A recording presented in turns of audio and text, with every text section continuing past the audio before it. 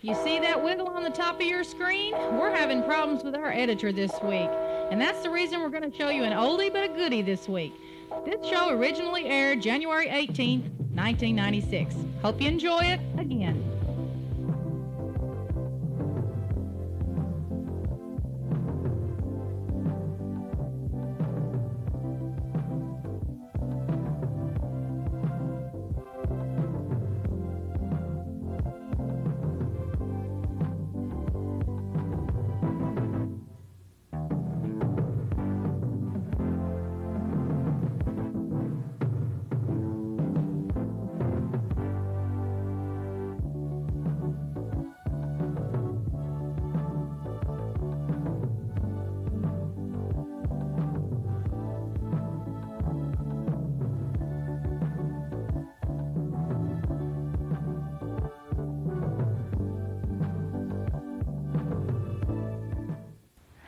Welcome to this week's Friends and Company. Boy, we've got a fun show for you this week.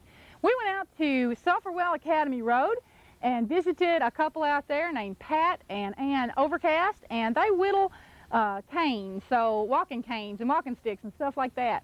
So we're going to show you that, and they are really a couple of characters, I'm going to tell you. We're really looking forward to that part. Also, we talked to Clarence Clark about Martin Luther King. His birthday was Monday, and we talked a little bit about that. It's starting to rain, so we're going to go.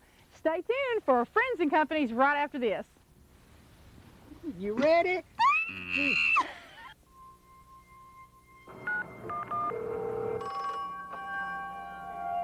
911, what is your emergency? My grandmother won't wake up. I don't know what to do. Do you know your address? That's okay. We've got it. Stay calm. Help is on the way. Okay. Unit 47, need an ambulance at 1640 East 3rd Street. Adult female, possibly unconscious. Operator, we'll have the unit in route. Thank you. Cougar Medicom Unit 117. We have a medical emergency. An unresponsive female patient, 1640 East 3rd Street. Please respond. In the time it took you to watch this, 911 would have help on the way. In an emergency, precious seconds matter. 911 could save your life. Hi, and welcome back to Friends and Company.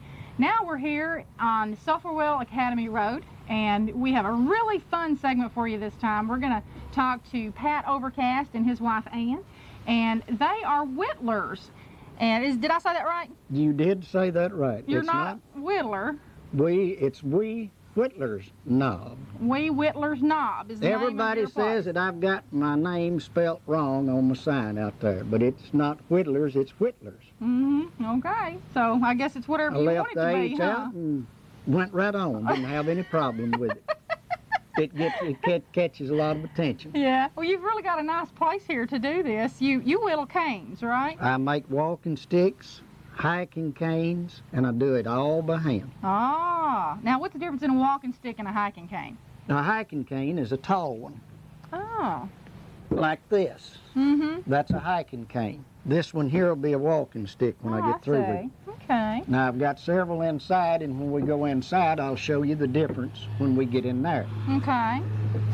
This is a natural walking stick that the wife is working on there now. With a natural handle. Got one hanging right here. Yeah. We find them with a natural handle.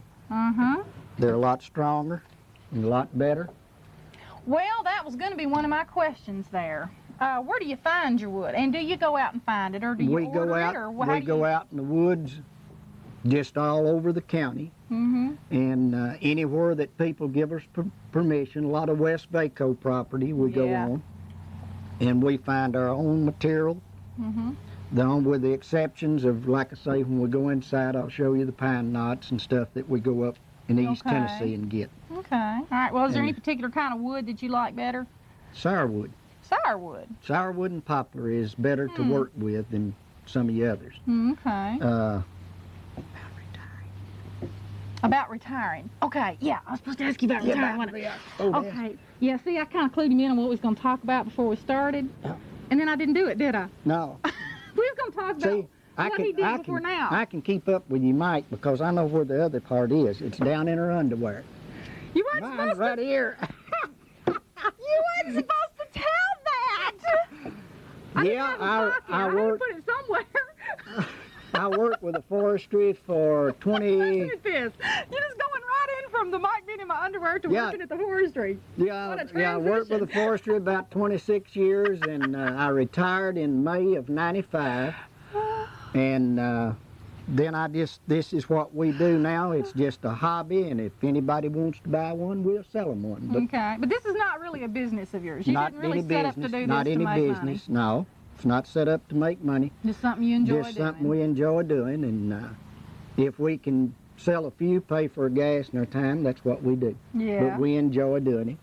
Yeah. Well, you've got a really nice building here, and your wife was telling me that you've had this, what, nearly a year? Nearly a Something like year. that? We built it in April of '95, and I retired in May.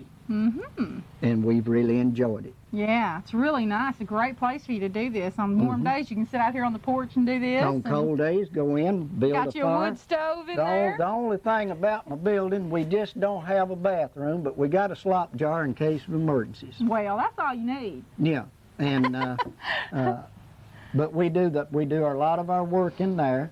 She does all. I didn't tell you about her doing dolls. She does dolls Oh, well, we'll have to go in and see the dolls a little and bit jewelry, hand wrapped jewelry. later. Hmm. If this chewed tobacco gets tangled up, then I can't talk good, you know. But when we go inside, we'll show all that. And but we've really enjoyed it. Well, now getting back to you said that you retired from the forestry service. Now, is Yeah. that where you got interested in the different Got kinds of wood? interested in the different kinds of wood, out working in forestry and doing our work in the woods, and that's how I got interested in doing it. So you started out with canes, or did you start out with something else? I started out with just a straight stick and put a hickory thing on the top. And then we got into this other after I retired and just got started doing it.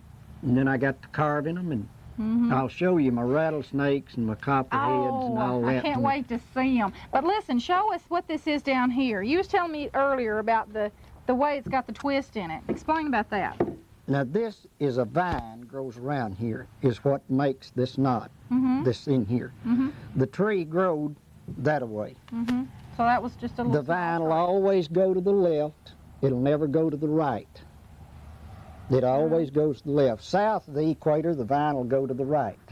Well, isn't that something? Because the water in your commode, when you flush it, it goes down clockwise. South of the equator, you flush it and it'll go down counterclockwise. I wonder why that is. Do you know? The gravitational pull of the earth and the Well, sun. isn't that something? And I found that out in the intelligent book up at the libraries where I found all that information. Good plug for the library. Okay. Yeah, I found that out up there. So when you go and pick out your wood, the wood that you pick out, the little trees that you get today, you can't just come home and start whittling up. Oh, right no, away. it takes about 3 to 4 months for them to dry. You got to let them season So out. what do? You put a little hook in them and hang them and let them dry? I or just what do you stack do? them. I've got barrels inside, and I stack them in the barrels, and then I know where each one of them is, and when I Do you leave, date them or anything so you kind of no, I just know where they are. And then when they season out, then I take them out and start working. Now, when you Yeah. find one that's dead, now Yeah. that one's already dead. Now you can work it immediately. Okay. You want to show us a little bit of how you do that? Yeah, I'll be glad to show you. Okay. Now, first off, Now, what is this called? You called this something a while ago. This first stripping off, this. What's that called? you You want to just sit down right down there? I have to take this bark off. There's a Okay. bark on there. You can see all that bark down here. That comes off of it. Then I take my Dremel, and you see that sands it off. Oh. See how that works? And then you get all your color out of there like that. And you do a lot of this outside. You don't want to get a lot of dust. You get a lot of dust from it. Yeah. And see your color in that. Then after I go over it with that, I've got some inside already done. See, and then I sandpaper. I go through 6 different sandings Oh, on each one? on each one to get them good and smooth. Okay. And That's when if you're making just a plain one with not That's a lot just of a carving plain in one, it. just not a lot of carving. But like I say, when we go inside, I'll show you some of them others. Okay. All right. Well, you about ready to go inside? About ready to go inside. Look like Okay. it's gonna rain. Yeah, we need to get on inside, I guess. But stay with us. We're going to go inside. We've got to take a break right now. We're going to go inside, and we're going to see some of the work that he's done. Some of those snakes. I can't wait to see the snakes. Good. Stay good. with us. Hi, I'm Kid Umbach. You may know me as your local PGA golf professional. You know, advertising for your business is a lot like golf. You only get out of it what you put in it.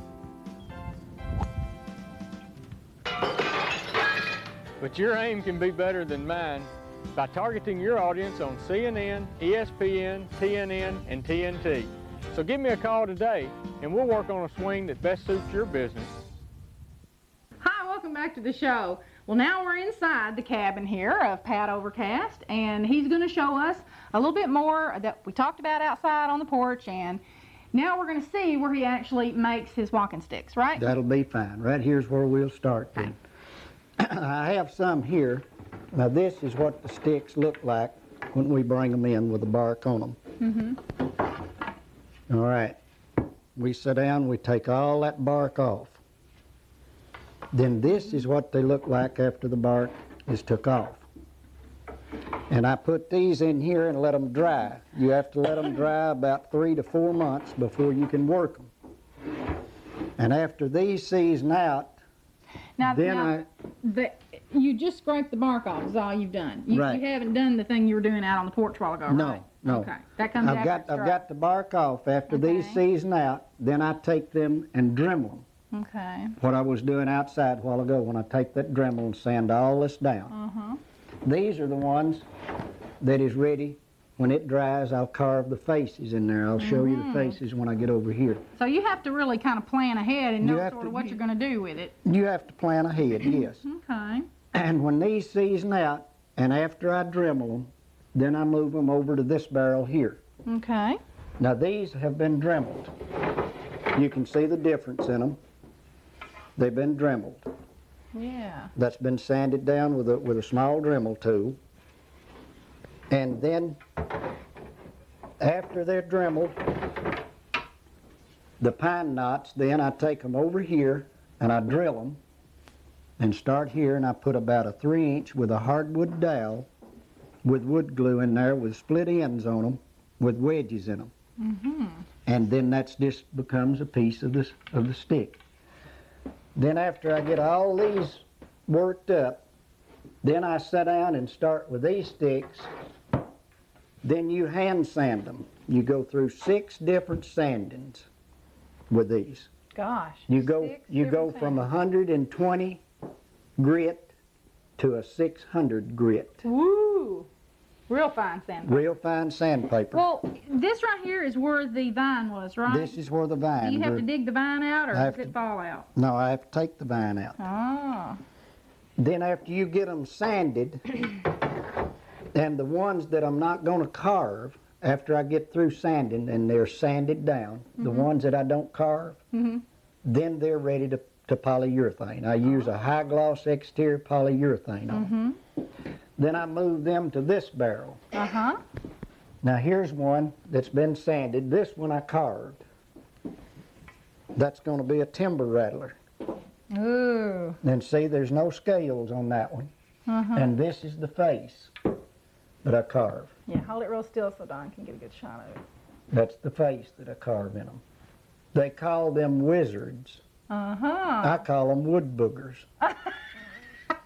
Now, where'd you get that name, man? That's just one I come up with. That's Just- one of them Pat originals, huh? That's Pat original. That's just a wood booger. Okay. But that's what the snake looks like when you get it all sanded down, and then I cut him out with a knife all the way around here. See, here's the rattlers. Oh. See, those are the rattlers. They're all cut out. All right, from there, then I've got some that's finished right here. That's the snakes. Is there a reason why you have them hanging? Is that No, after you polyurethane I just them? so they can- polyurethaned them and I hang them up and let them dry. Now there's a finished one. Ooh. that's the timber rattler finished. Oh, that is so pretty. See, here's the rattlers, and there's the scales. Mm-hmm. Now everybody wants to know how I put the scales on there. Yeah. They're like handmade quilts. You do them one at a time. One scale at a time. I've got a little tool right here Okay. that I do that with. And you always start down here, and then you do them one at a time. Good. And it'll take you, this stick here take me approximately 3 weeks to complete it. It'd take me about 4 days to put the scales on it. Gosh. That one that I showed you right there, it'll take me about 6 to 7 days to put the scales on that. Yeah, that's a big snake there. It'll take me 6 to 7 days. Now, is that the same kind of snake that this is right here? That'll, Is this gonna be yes, the same? this is a rattler. Now I do the rattler, and I do the copperhead and the green grass snake. Mm-hmm. Yeah, you Now, got right- a pretty green grass Right snake. here is another rattler. That one is a long one. Oh. Take me about 4 weeks to complete that one. So, you know, That's pretty. now that's a rattler. Here's the copperhead. Let me get that one hooked back. Now this is the copperhead. See, there's no rattlers on that. That's just a plain. See, and I do this with a burning tool, and then I come in and stain it, and put the scales on it. Now then, Wow. that is the copperhead. Now I'll show you the green grass snake. This one right here is the green grass snake. See the head on that? See, now the heads on them are different. You see the head is more oblong, egg shape. A rattler is more of a horseshoe shape, the head on a poison snake. See, this one's not poison. Now these are all finished sticks here. So some of these are the plain ones that you were talking about. These now. are the plain ones. How come there are different colors? Do you stain them different colors? No, they're all natural. The only stain that I use is when I stain the markings on the rattlesnake and the copperhead and the green garter snake. Yeah. These right here are all the same wood. They're sourwood, and you never know what color a sourwood's going to be. Now that's all natural. It's not been stained. Wow. And it's completely different than the other Completely ones there. different. Now right here is the same wood, still a sourwood, and see your difference in your color in it. Is a lot of that in the way it dries, do you think, or is that just the way the wood It's just is? the way it is. Now those knots that I was telling you about, you see the finished product there? Right here is one before it's finished. Gosh. The Okay, difference. now you was telling me earlier you have to go a long ways to get these. Where We do you go up next to the North Carolina line, Oh. up in let me think about it. Blount County and Cock County, next to the North Carolina line, is where we get those. These kind They of grow don't grow at here? Or They don't what? grow here. Oh, They grow at about 4,000 feet, and we go up and backpack those out. goodness Then gracious. that's what I use here. Yeah. That's the finished product right there. Oh. Well, goodness gracious, you got a bunch of those. That ought to last you a pretty good little bit. And your sourwoods will go all different colors Now, sourwood, you find that around here, right? around here. And what kind of tree is that? It's just like it's a tree, just like an oak or a red oak or a poplar. Oh, okay. It don't grow everywhere. Oh. You don't find it over in Weakley County, but you'll find it over here around the river. Oh, okay. Well, I'd never even heard of sourwood. You've heard of sourwood honey. Yes, I have. So, That's okay. a sourwood in the fall the leaves are real red. It's a real pretty tree. Mm-hmm. And if you find one dead, now see these were all dead trees that I found, and that's where you get your color. Yeah. A live tree, now this one right here is a sourwood. But you see the difference in your color in this one. This one was wasn't dead, it was alive. And see your patterns in there? Yeah. Boy, that'll be pretty when you And get the that sap that comes out of a sourwood is clear, just like water. But if you get it on your clothes or on your hands, right here's what it'll do. See that right there? Yeah, that can ruin your clothes. It sure will. Now that wasn't her mic, that was me blowing my nose. Oh! I knew you'd have to say something about where my mic is. Now We were talking about making funny sounds a while ago. This is Yeah, what's this one? This is a dead sourwood. And see all your red in it? See all your different colors in it? Yeah. And when you sand that down and put a knob on it and polyurethane it, then it brings the color out. That polyurethane brings the color out of it. I noticed that one's got a little knot hole there in it. What is there anything you can do with a knot hole? Can No. you make something? That Can you just- carve in around that, or is that carvable? Not, if it's big enough, I find some that if they've got a bigger one in it, I carve a little face in there. Yeah. Put a little face in there. Yeah. And I do the biggest part of all of my work, with the exceptions of my automatic and my drill and my Dremel. All the rest of it's done with those hand tools right here. See this is what I drilled. That's a 1/2 inch hole there. Yeah. This is a 1/4. Then these are draw knives that I use in drawing some of it down. These are Dremels. And I've got a burning tool that I also use.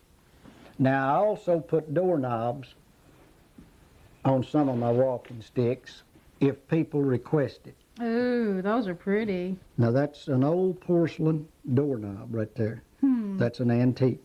This is brass. Those are dated April of 23rd, 1901. Gosh. And I polyurethane that, and it never changes color. Oh. You don't have to shine it or anything. It stays just like that. Well, But I only put them that's a on. good tip for your brass. I only put those on if people request them. You can use different things. You can use. You can use. Let me get all this out. I'll just show you all of it. Well, all right. All right. You can use those. Yeah, pretty glass one. You can use that one. See, So put them on. that'll pretty much change the whole look of the whole thing. won't The it? whole thing. You can use old brass horse hames Oh. for doorknob, for handles on them. And the white ones, you can use the white ones or the black ones. The black ones are real pretty on there. But I The don't gear shift knob. gear shift. I put these on there and I tell the people that that's a walking stick for a man that if he don't know where he's going and he gets stuck, he can always shift his way out. That's a gear shift knob. Yeah. You can use all different things to. Well, did you learn this just by trial and error? Or did you take any classes or what? You just sort of figured it out? Just figured it out and sat down and done it myself. So each one of these, depending on how much carbon's involved in it, will take. Well, I didn't tell you the real fact. All right, what's the real fact here?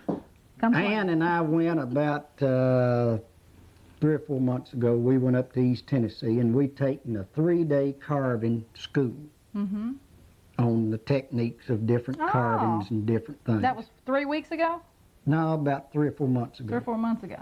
But up until then, you'd been doing this. But all they showed you was just the basic things of how to, cut the eyes out and how to. Here's a. If you want to really get fancy, this is how you start and make an eye. Oh. But this is for carving like in statues and not really in sticks. Yeah. When you get down to that fancy carving, people don't want to pay for it. Yeah. Now you do. You have lots of hours involved in this. How much do you get for one of these? If somebody came and said, well, I'd like to have one for a gift or something, what can they expect to pay for something like this? Like those right there, These hanging in the middle. I'll get $25 for them. Really?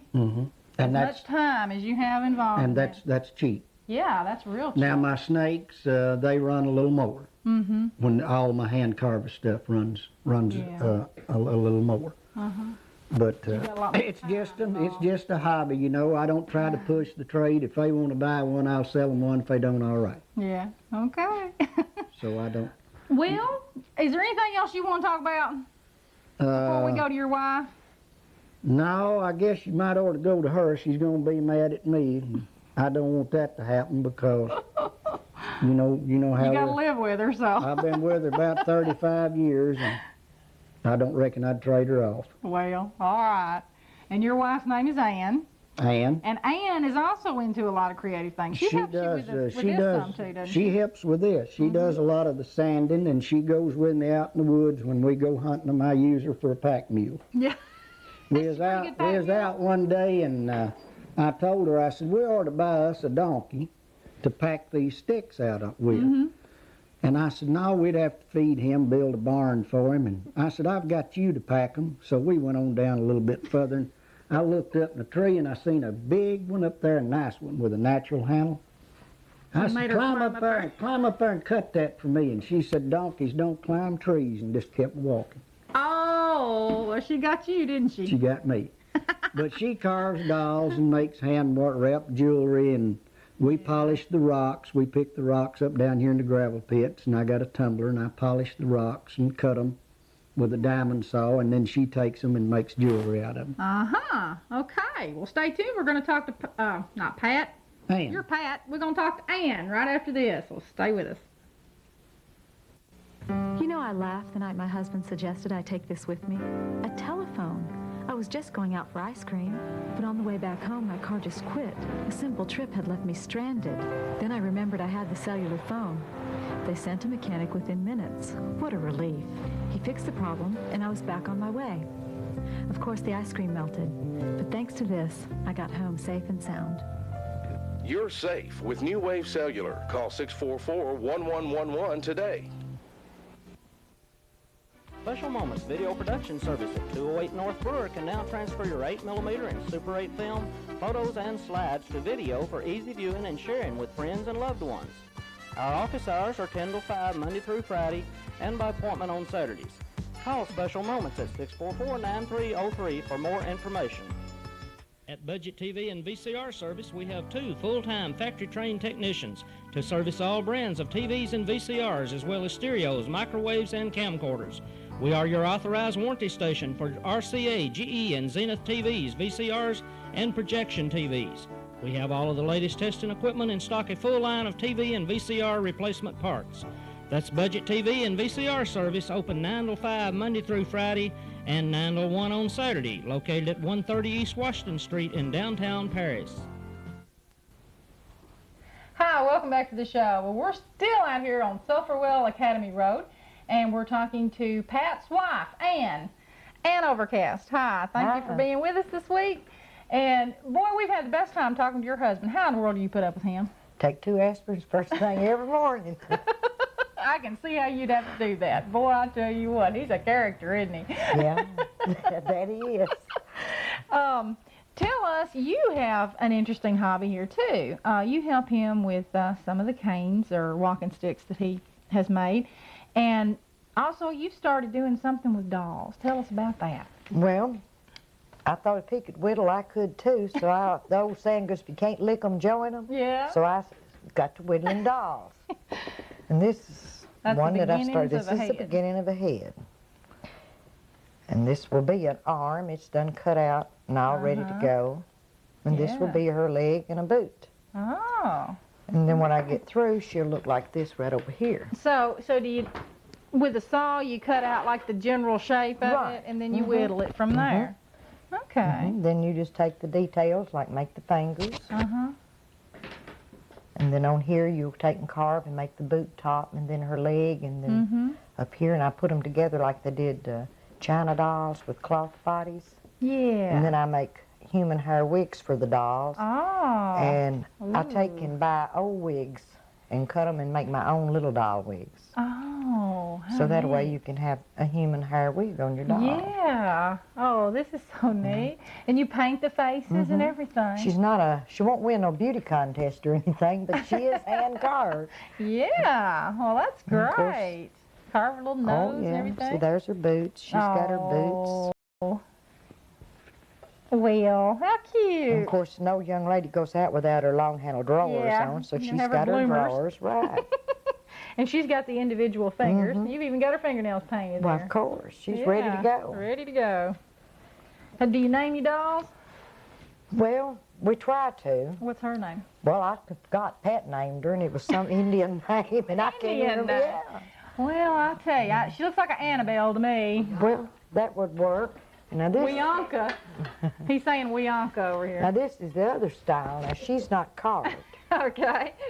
But these kind of favors Dolly Parton on the hair a little bit. Well, yeah. Chest doesn't quite reflect that, but. But this one is it's just made straightly out of a piece of wood shaped in a face, and then I painted her eyes and on there, and she's got fingers, and as you can tell, I've improved on her hands after taking that whittling class that Pat was talking about. Yeah. But this one is made, and we named those from the kind of wood they're made out of.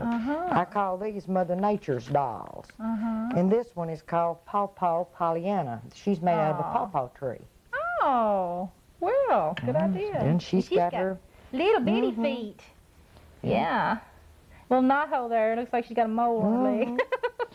Oh, yeah, she's original, you know. Yeah, yeah. And gosh, you're doing something else over here. Well, got to get them over there somewhere. We're getting cues from the director over here. Thank you, Pat. Okay, show us this. Gosh, these are so pretty.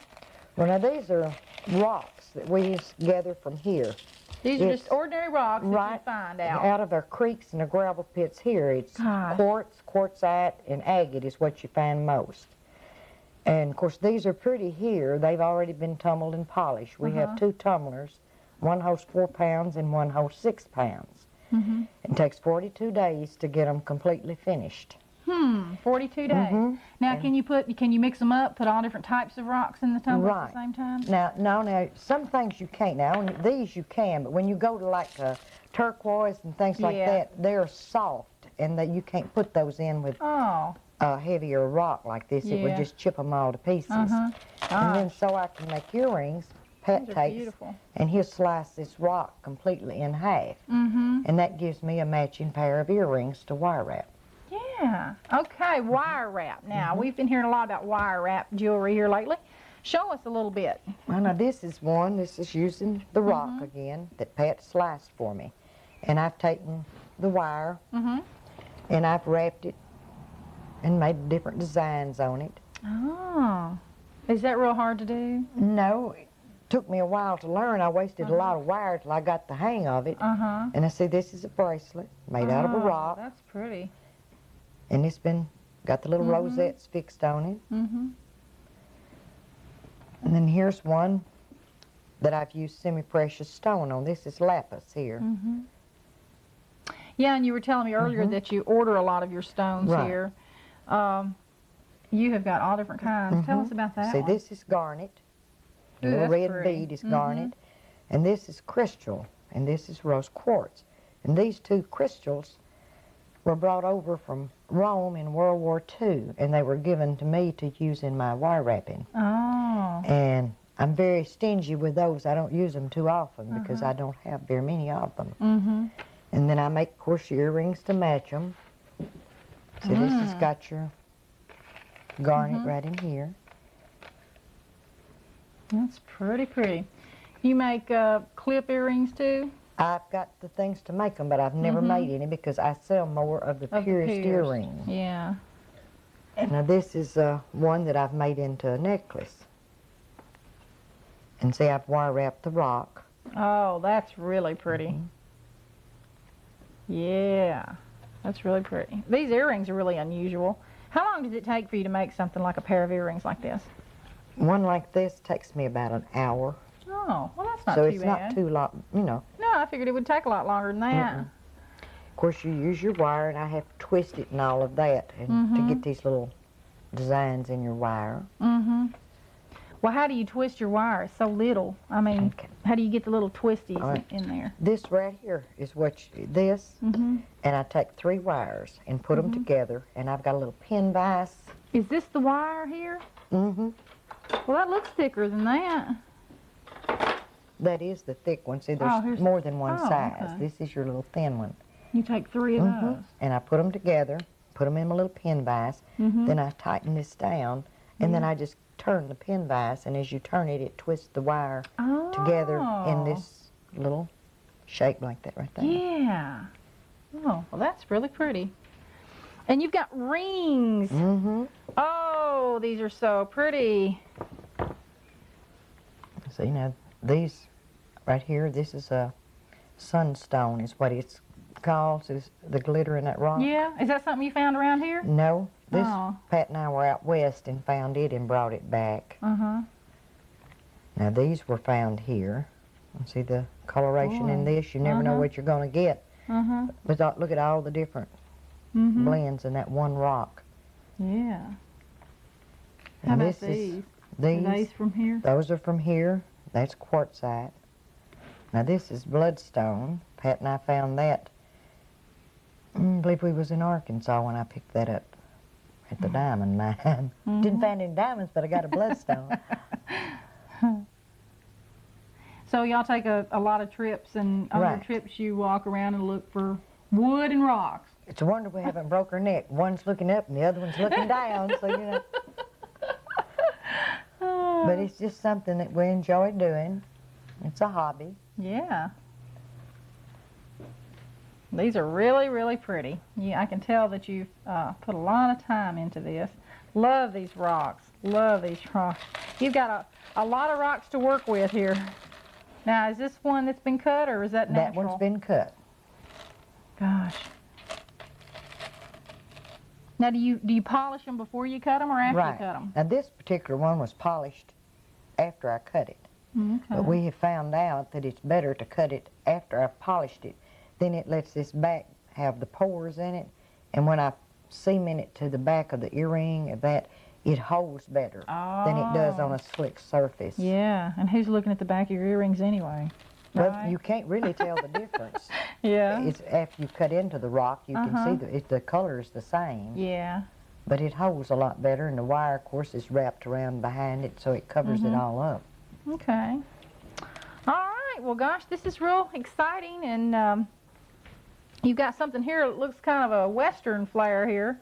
Now, how about these little accessory things like this? Do you order those? I order those. They're called findings. And I order those and just add to them. And like these are ordered right here where you put your put your beads on them. Well, how do you, I mean, I'm sure they're not just sitting here on this table for nothing. I guess you probably take them out. You've got them on nice little display cards and stuff. What do? Do you sell them at, like, flea markets and stuff, or what? Well, now again, just if somebody I just make them. If somebody wants them, they're here. It's a hobby. Yeah, okay. And of course. And our director over here is. Yes, he's giving me. Whispering directions. We're at Paris Landing the first weekend in every month. Oh, okay. Then they try to show local artists, and ours weekend is first weekend of the month, and I do show my jewelry there, and that as well as the sticks. What, at Paris Landing Inn? Starts back up in February. Okay, that's first weekend every month starting in February. The way we understand. Okay, all right. So folks can come on down and find you down there, or at least find your stuff, huh? And if they want to come down and see us, we just love to talk, so they can come on. You want to give them directions to your place out here? Well, when you ask a woman to give you directions, you usually get them lost, but I'll try. Go out 79 Highway North, going toward the river. And we're about 7 miles out on Suffer Wells Academy Road. Turn right, and we're the third house on the left. Got a big, nice sign out front. Says, "We Whittlers Knob." Yeah. And they can just come on out and see us anytime. Come out and sit on the porch with you. Right, and if they come at the right time, I might even cook a little for them. Hey, that sounds like a good deal. Okay, well, thank you for being with us. Thank you for coming. We've really enjoyed the visit here today. And we'd like to come back and visit with you again sometime. How about that? You just come right on and I'll fix us up some soul food right over here on the stove. Okay. Turnip greens and cornbread and that kind of stuff. And you cook it right here on right on that little wood stove. Boy, I'm telling you, it's like going back in the past out here. And by the way, I think Pat's probably got a story he's going to tell a little bit later on. So don't go away, because he'll be back to tell you the story about his cabin and what exciting things took place here. You are watching Friends and Company on Paris Cablevision, Local Channel 3. The Tri-County Talking Community Bulletin Board. It's free, and all you need is a touch-tone phone. In Henry County, dial 644-0638. Hear the time and temperature and press the 3-digit number for the announcement you want to hear. There's many announcements such as weather, school events, movie and concert calendars, daily horoscopes, Kentucky lottery numbers, and TV listings, plus many, many more. Call 644-0638. Remember, it's free, and all you need is a touch-tone phone. It's open 24 hours a day. That number again is 644-0638.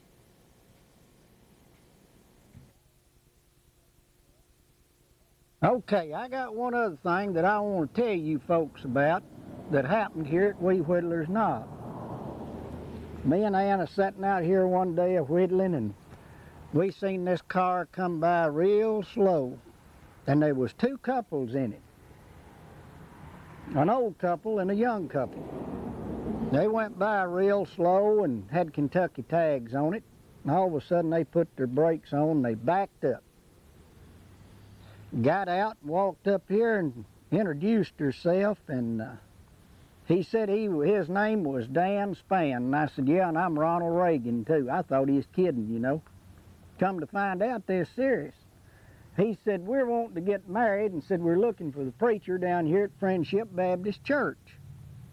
I said, I ain't no need to look for him, just come on up here and get on the porch and I can perform that ceremony for you. I still thought they was kidding, but they wasn't.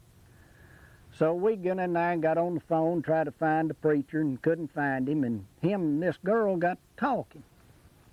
They said, why don't we just get married here? Said, do you know anybody that would marry us? And I said, well, of course I do.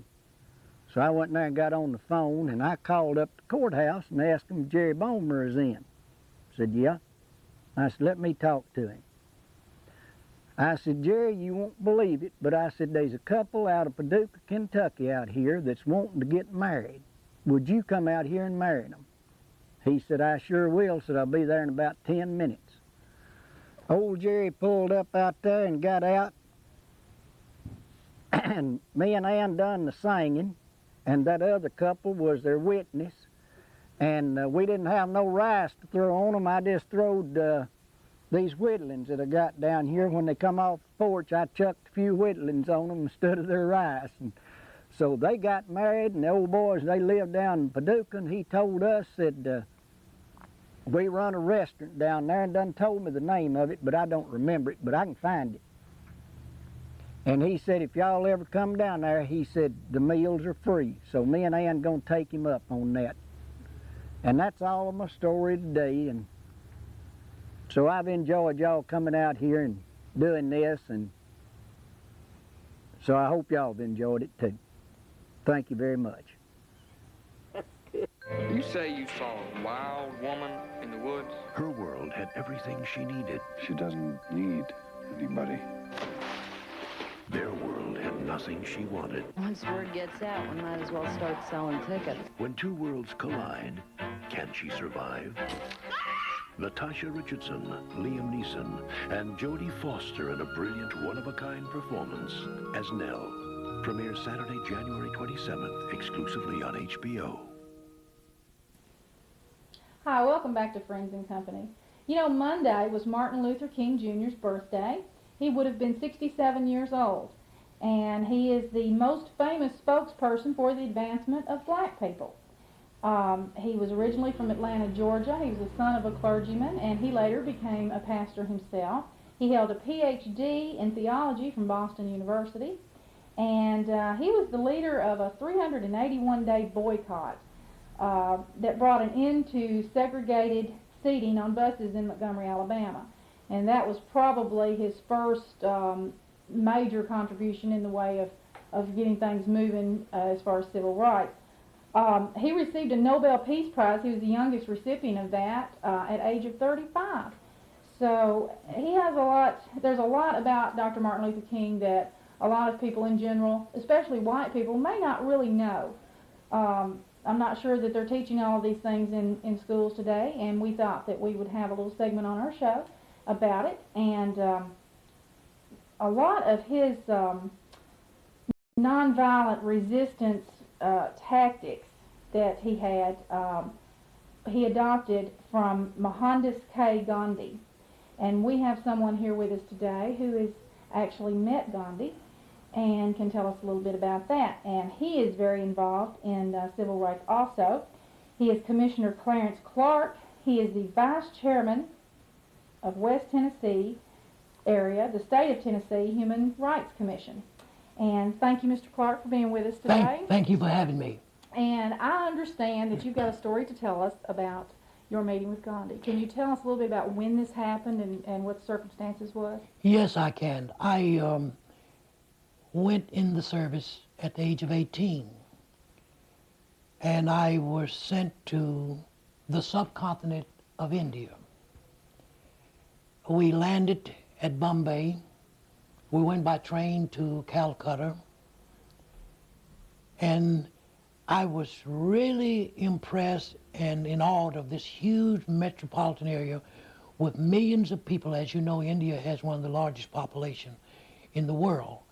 People living and dying on the street. So I was very interested in seeing something about this huge country, the history of the country. I've read about India and I wanted to see it. So I wandered on down one of the streets in Calcutta, and there was an English bookstore. As you know, India was under the denomination of England, the British Empire. Mm-hmm. I wandered into this bookstore, and as I looked on the shelf, I noticed there was a book by Booker T. Washington. Which probably up until the time of Martin Luther King was the most well-known black person. And advocate. I immediately grabbed this book and looked at this book and opened the book, and there was a voice from behind me said, I bet I know more about Booker T. Washington and George Washington than you do. I know about Dred Scott and Nat Turner. I know about Walter White of the NAACP. And I went around this beautiful Hindu girl there. Mm-hmm. And then she said, you over here fighting for freedom, and your country has two armies, one black and white. We're fighting the British. We're not free. We need to join together. You need to come to some of our meetings, and you need to meet our leaders, Gandhi and Nehru. Mm-hmm. So I met her family. I went to one of the meetings. I went to what you might say the river where they would baptize people. That's what we would call it. Mm-hmm. And this is when I got to see Gandhi and I got to see Nehru.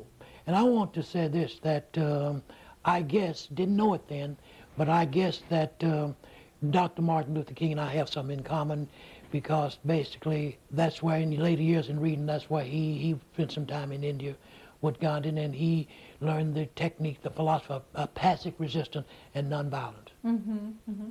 And so after your visit there, you were actually really very young. You were only 18 years old. Mm-hmm. And I remember, later on, I remember in India going back, coming home. I mean, I learned some of the language, and I remember reading something about Kipling when he said, when Rudyard Kipling said, some of the people, when you leave, they would sing a song, "Come you back to Mandalay, where the flying fishes play. Oh, you American soldiers, you must come back across the bay." Mm-hmm. So I remember this, and as I said before, I think I could understand when Dr. King started his passive resistance, that I could understand that. But I was involved in it from the beginning, because I came back home with the idea that there's something wrong with our country. I'm going to stay in my community, and I'm going to fight to do away with the concept of separate and equal. Mm-hmm. Do you remember when Martin Luther King staged the boycott? Yes, I do. Yes, I do. The Montgomery boycott, and this was the beginning of the freedom movement. Dr. King was elected head this movement, the Montgomery movement, not because he wanted to, but because they wanted a young leader that would do that. He had no idea that it would develop into something like this. So he was selected. And of course, we all know the story of Rosa Parks, where, you know, they wanted her to move from to the back of the bus. And all of us have been exposed to this thing. And so this was the beginning of the boycott. And of course, also Dr. King spent some time in jail, and that's why he wrote this famous letter from the Birmingham jail. Mm-hmm. Yeah, he was jailed several times, wasn't he? Yes, he was. The thing that really impressed me when he wrote his book Strive Towards Freedom, there were some things in his book which he said that had an impression on lots of people. And before I said it, I might add this, that this boy, that what he was doing, not only did he free a lot of black people, but he freed a lot of white people too. Mm-hmm. This was not for only black, this was white, because if you look at it historically, the white was in slavery too with their ideology, their philosophy. So he opened up a lot of eyes, but he wrote in his book, and I remember this, he said, there's an element of God in every man. He says that no matter how low one sinks into racial bigotry, that individual can be redeemed. He also said in his book, Strive Towards Freedom, he said, the strong man is the man who will stand up for his rights and not fight back. This is the basic philosophy of nonviolence. Mm-hmm. You must go, you must stand up, but you must not retaliate. It takes a strong person to do this. Mm-hmm. I know a lot of people, so-called activists, didn't agree with his philosophy, but it proved out that this is the right way to go, and this is what he did. Mm-hmm. I met him once at the NAACP convention in Denver, Colorado. I heard him make a speech. That was the last time I saw him. Mm-hmm. And I was tremendously impressed. That was during the time that Roy Wilkins was the executive director of the NAACP. And I think Dr. King inspired of all. NAACP, the Southern Christian Leadership Conference, all worked together in doing this. So I think that we should be proud and we should celebrate Martin Luther King, what he did to free this nation. The work has been done, but we're on the road to doing something, and I think people in the community, we have some problems in our community, and it's a different problem. We have drug addiction in our community, we have teenage pregnancy, we have teenage violence. These are some of the things that we must attack, because in my generation, we had a strong community base. We don't have it like we have it then. That if you see somebody doing something wrong in my community, they would tell your parents, you got two whippings. You got one there, you got a whipping in school, you got one when you got home. Right. So we got to get back to some basic things that Dr. Martin Luther King was talking about. Mm-hmm. Right, I agree. Now, tell us about your meeting with him. I didn't exactly meet with Dr. King, but I saw him make a speech. Mm-hmm. And I didn't exactly meet with him. But I did hear him make a speech, and I was really impressed with his speech. I wish I had the opportunity. Now, I didn't meet after he was there. I did meet his widow, Coretta Scott King. I spent some time at the Center for Nonviolent Change in Atlanta. Yeah, tell us about that. And there were people from all over the world. And the day I was there, she was there. There were kids from all over the world, and she held a workshop for the kids. And I was there. The auditorium was crowded, but I heard her. She relates very good with kids. And I just wished everybody would go there and spend some time at this center. I also wish they would also go to Memphis, which I spent a year before last. I was there to see the museum where he was killed. And the day I was there in Memphis, there were busloads of white kids there from all over Tennessee, white and black kids going through this museum. It's something that you can never forget if you if you was to go. Now, he was only 39 years old when he was assassinated. That is true. He was only 39 when he was assassinated. And what was he in Memphis for? Yes, I do. The boycott, the strike, he was asked to come to Memphis because the garbage collectors would not give him a fair deal in Memphis. They were trying to negotiate with him in Memphis, so he was asked to come to Memphis to help the strike by the predominantly black garbage collectors in Memphis, and that's why he was done. And so we're not going to talk about the conspiracy, but he was shot on the balcony, and there were some people who was with him. Jesse Jackson, he was right there. Rav Abernathy was there. I have met him and talked to him. In fact, Rav Abernathy was a speaker at one of the UT at Martin at one time. And I met him, and I've seen him, and he was his right-hand man. We lost a great leader, but you can kill a man, but you can kill a dream. So the dream still lives, and I think America is better for this, that he lived like he did and did what he did. And I am proud to be a part of this movement, of the civil rights movement. I feel like that I can understand, and I feel like that I must carry it on, must share this legacy with some of our other young kids, black and white, so that they can make this country a better place in which to live. We have the greatest country in the world, but we do have some problems, but we can solve our problems. Getting back to India, you know, Gandhi had problems over there with the untouchables, which is a farm. There were people who were born, they couldn't get out if their parents, their relatives were carried water or to street sweeper. That's what they had to do. They were discriminated against, and so he fought against this concept in the untouchable. And of course, we had segregation, as you know, in this country. You know, we had to follow separate, but it never was equal. So this is what we are fighting against, not only for black Americans, but for all people, Hispanics, all the people, that we live in a country that we must make it for everybody who can compete, who can progress. People who are qualified must be able to give the opportunity to compete in a global market, in a competitive society. This is the way I remember Dr. Martin Luther King. He had a profound impact on my life, the things that I'm doing today. And I think he probably touched a lot of lives, and a lot of people probably followed in his footsteps, as you have.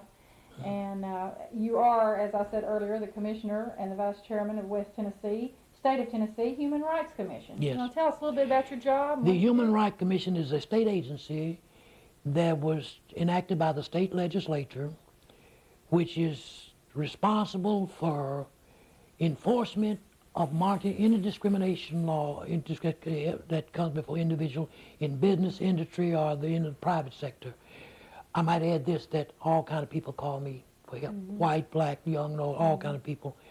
Right now we have been... So your job encompasses not only discrimination of black people, but everybody, like women or handicapped or handicapped. anything. One of the biggest things, one of the biggest problems we have now is sexual harassment, and I have a lot of people call me for that, and any type of discrimination that exists. We have been charged with another mandate now. That comes under Title VII. We have been given the responsibility to enforce Title VI of the Civil Rights Act of 1964. That act means that we will be monitoring and enforcing and investigating all state government agencies, the 21 state agencies, and those cities and towns that get federal, state, and local funds. We'll be responsible to see that, and also in contractors and so forth like that. So we have a big responsibility. We have three regions. We have the main office in Nashville. My territory is Memphis, West Tennessee. The regional office is in Memphis. So you cover all of West Tennessee? All West Tennessee, from Shelby County on back, all West Tennessee. We have an office in Middle Tennessee, have one in East Tennessee also. There are three grand divisions in Tennessee, and each division has a human rights regional director. So this is what we're doing. I came up through the civil rights movement, and this is what I like to do. I'm very proud that basically that I can do this. And I'm also, of course, I'm a retired TVA supervisor with 38 years served with TVA, and I have my own consulting business. I do consulting work for business in this vicinity. Okay. Well, you're just a well-rounded person, aren't you? You just do a lot of stuff. I'm in a lot of stuff. That's right. That's right. Okay. Well, and in closing, I'd like to say that he don't want us to lose the dream. We shall overcome. I'm very proud of my nation, of my country. I'm proud of the people that lives in this country. And with some of the adverse things that have happened, we can overcome them, and I believe that we will. Well, thank you for being with us this week. Okay, thank you. You stay tuned. We have more Friends and Company right after this. We're New Wave Cellular, your local cellular phone company who pioneers cellular service in Henry County. We offer a complete line of phones and accessories to accommodate your business or personal needs. Let our professional sales staff come to your home or business to discuss phones and service packages designed for business persons or personal business. New Wave Cellular is the one cellular phone company you need. We're located at 1047 Mineral Wells Avenue, and our phone number is 644-1111.